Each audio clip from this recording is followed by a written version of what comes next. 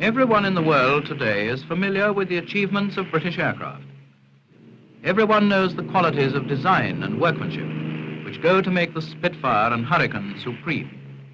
But not everyone remembers that the pride of craftsmanship which lies behind them is part of the tradition moulding all British products, whether for peace or war. Today, in spite of bombed streets, the factories of Britain still carry on this tradition. Many are making war weapons, but many essential articles of peace must be made, and into them still goes the skill and care of British industry. Take these blankets, for example, Whitney blankets. The weavers of Whitney know how to turn out blankets of a special quality. No one understands better than they the exact blending of their wools, how to use the wools of East India with the wools of Kashmir, or perhaps Australia. The secret of blanket making is in the blending. It is the only way to produce a texture which will hold the heat.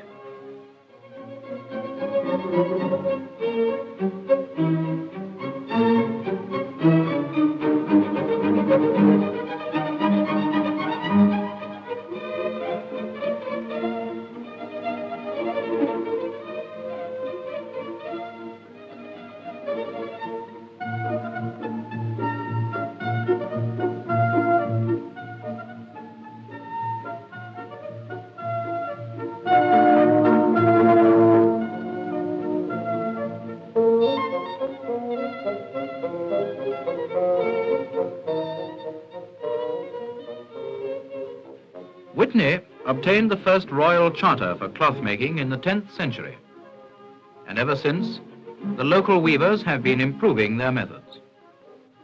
The damp climate helps in the production of good soft blankets, and the products of this center of weaving are known all over the world.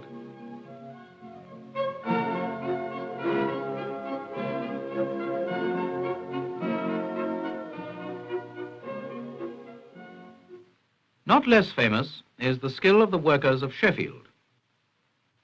Nowadays, for part of their time, they must become roof spotters, wardens, firemen.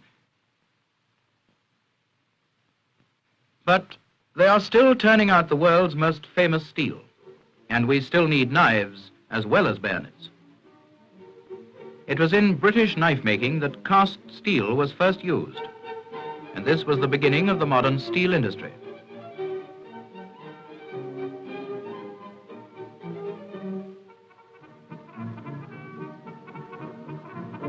Making knives is still a job that requires the skill of the individual workman.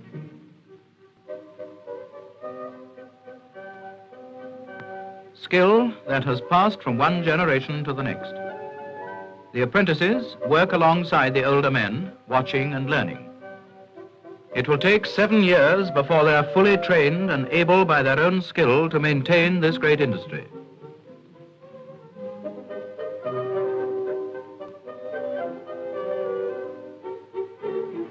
Tests are made at every stage.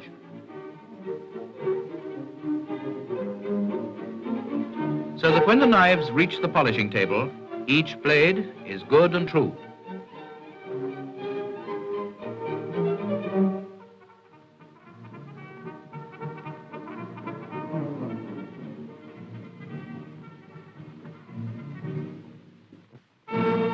Sheffield has become as famous for its scientific accuracy as for its craftsmanship. The measurements of a generator must be accurate to within 1/1000th of an inch.